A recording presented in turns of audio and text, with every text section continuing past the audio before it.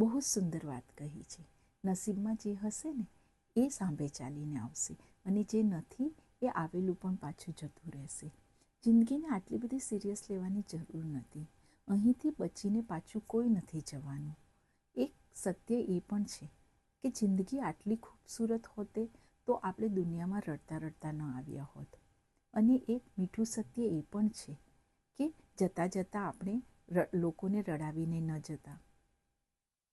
તમારી પાસે મારુતિ હોય કે BMW, રોડ એ જ રહેશે. રોલેક્સ પહેરો કે ટાઇટન, તમારો સમય એ જ રહેશે. તમારી પાસે એપલનો મોબાઈલ હોય કે સેમસંગનો, તમને કોલ કરવાવાળા લોકો બદલાશે નહીં.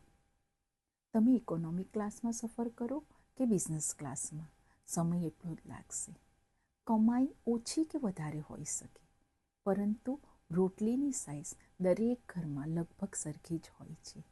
એટલે જ ભવ્ય જીવનની લાલસા ન કરતા જિંદગીમાં જે પણ મળે એને ખુશી ખુશી સ્વીકાર કરો.